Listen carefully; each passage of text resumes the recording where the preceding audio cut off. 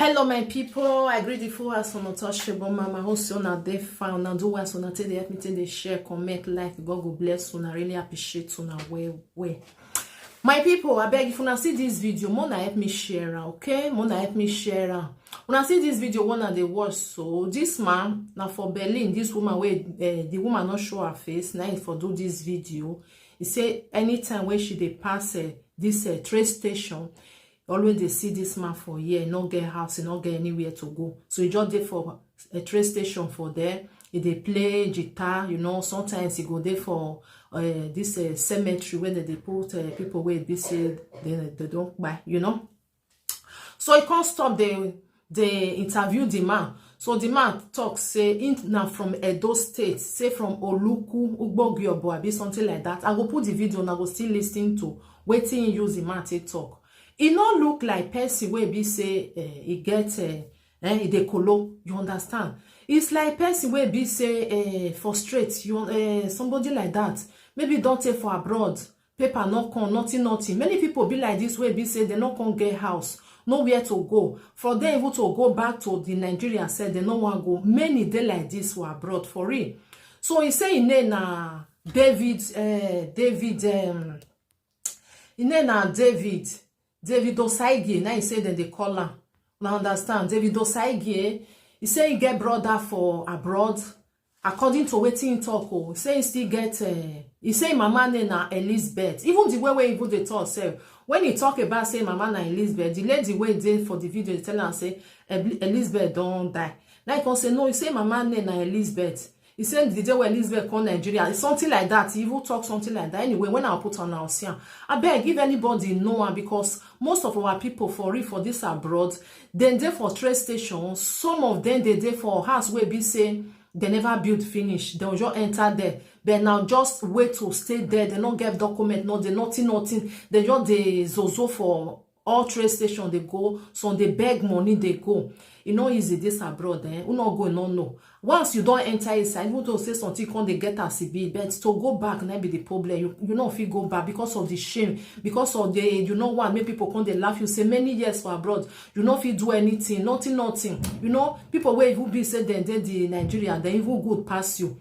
Like this one now where be say no get house, nothing, not get anybody. It just they day for road, they there. Maybe people when they look for her, they'll say many years he never come. Maybe he don't abandon them, they know the year of her, they don't know say he just still get your problem for inside there, not get anywhere to stay, not get house, nobody to even talk to, you know. You know, say most people like this, when they see them for streets, sometimes you'll see them, they also go there for some go there for supermarket, they ask for money, say, I beg, they need something to eat. Why some day, they don't even get house where they stay. Maybe sometimes they will go for Caritas, something like that. Especially this Christmas period, where cold day like tomorrow, not day. Some of them, now where they see cloth, then they carry. Some go lie down, use carton, take cover body. Abroad, this abroad, abroad no easy, my brothers and sisters. So I put the video more and listen to waiting talk in case of anybody where you know people, maybe they don't they find out, maybe they for no say still they alive. It's just that paper not there, nothing. Because it not look like person where he head not correct. Because waiting they talk, you not even forget. Even when the woman still tell her say waiting be your name, he still repeat her. You see, they tell the woman, say, I'm from Oluku, Ugbogiobo. Something like that. You just talk many things well, you know.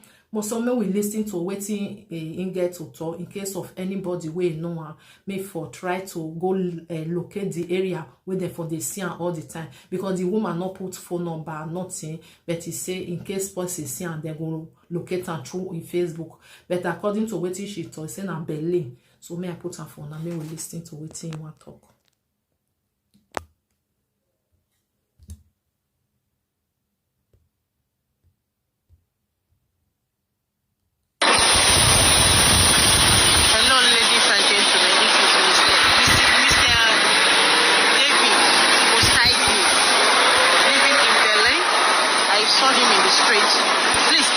Recognize him, please inform the family. Oh yeah, Oye Dohi. What carry we do? Well, it's here. Oluku. Oluku carry. Yeah. But David. David.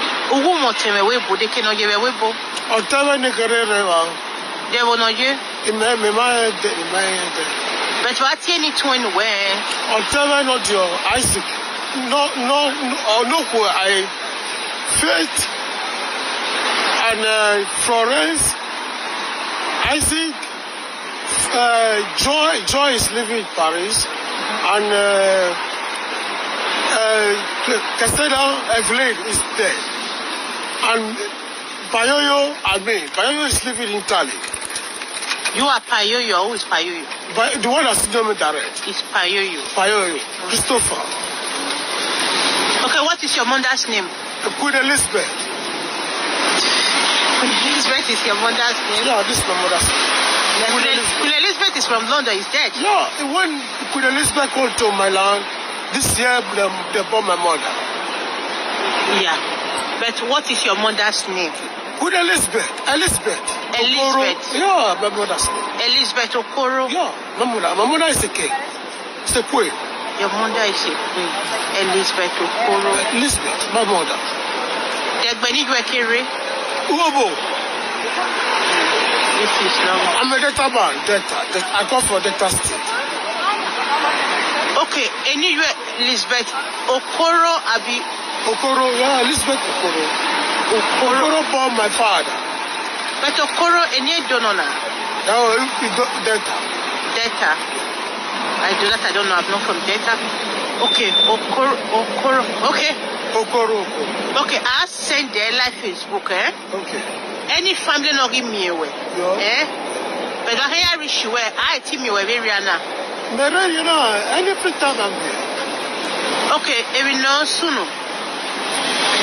Through my Facebook. If I tip the message you then anybody got one on your TV show. I saw where Rihanna were la in Rihanna, but Rihanna no one but yeah, TV Rihanna. You know when you back for Rihanna. Because Rihanna may not winner. A company in Arizona wrote down with Johnny. Okay. Eh? OCT and I win a company. But I saw William and Agbera will be here. He may wear Miss Cemetery. Oh, got a cemetery there. And the money was cemetery. Yeah, me where we trust him on Abby. Okay, yeah, I don't know. Okay. That way. Okay, no problem. When you were there, but anyway. Osarebe. Osarebe who? David. Is here or Kerry? Oluku. Okay. Bojobo. Oluku Bojobo. Okay. 94. Okay. No problem. Where's it? Okay. Bye-bye. My people now here. Now wow. Many people they like this, eh? The family, they know they hear of him again. They don't think say maybe he get where he dey, or maybe he don't even buy, or you know they contact them again. Some people they because of documents, like us out. Maybe they even get documents where they like Italy or Spain. They'll try to go Germany because of wanting. But when they say they want from there come back again, their document it don't expire. They not feel renew again. They'll come for straight. The document will come be say they not feel renew and before even to do the document again na problem upon problem. It dey cause all these things because the way we take the talk, it not look like person wey be say dey kolo. But if it be say na frustration, money no dey, nothing to do, document no dey. Hi, now wow.